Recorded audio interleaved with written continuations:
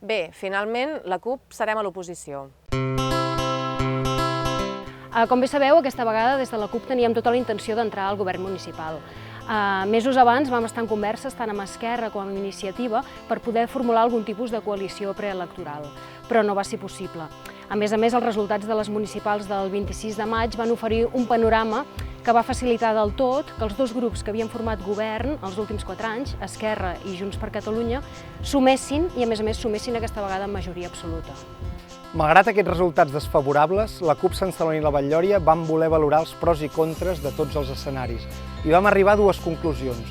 La primera, si volíem tenir capacitat d'incidència havíem d'intentar entrar al govern, i la segona, havíem d'intentar que el govern municipal fos el màxim independentista i d'esquerres possible. De fet, les forces independentistes i d'esquerres havien tret una majoria de vots a les eleccions. Aquestes 2 premisses eren compatibles amb diversos escenaris i el nostre principal aliat era Esquerra Republicana. Sense descartar cap de les opcions, ens vam reunir amb Esquerra Republicana de Catalunya. En aquella primera reunió, Esquerra Republicana ja va descartar totes les opcions excepte una: formar un govern a 3 bandes amb Junts per Catalunya i nosaltres. Això sí, també feia impossible una negociació en bloc de la CUP i Esquerra Republicana amb Junts per Catalunya. Per tant, la CUP havíem de convèncer Junts per Catalunya que l'opció del govern a 3 bandes era la millor pel poble i pel país. I ho era.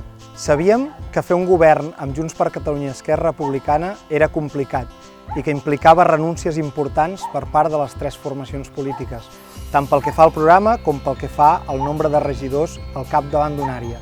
Però pensàvem que era un govern molt potent. En primer lloc, a nivell municipal podíem aportar una gran capacitat de treball. De fet, en els últims anys havíem posat sobre la taula certes qüestions que havien acabat adoptant les altres formacions polítiques. En segon lloc, seria un projecte municipal molt sòlid, que recolliria i englobaria sensibilitats molt diferents del poble. I finalment, implicava consolidar un govern de concentració nacional, que permetria respondre amb solidesa i determinació a la conjuntura d'emergència nacional. En definitiva, era un gir històric pel govern de Sant Celoni i la Batllòria.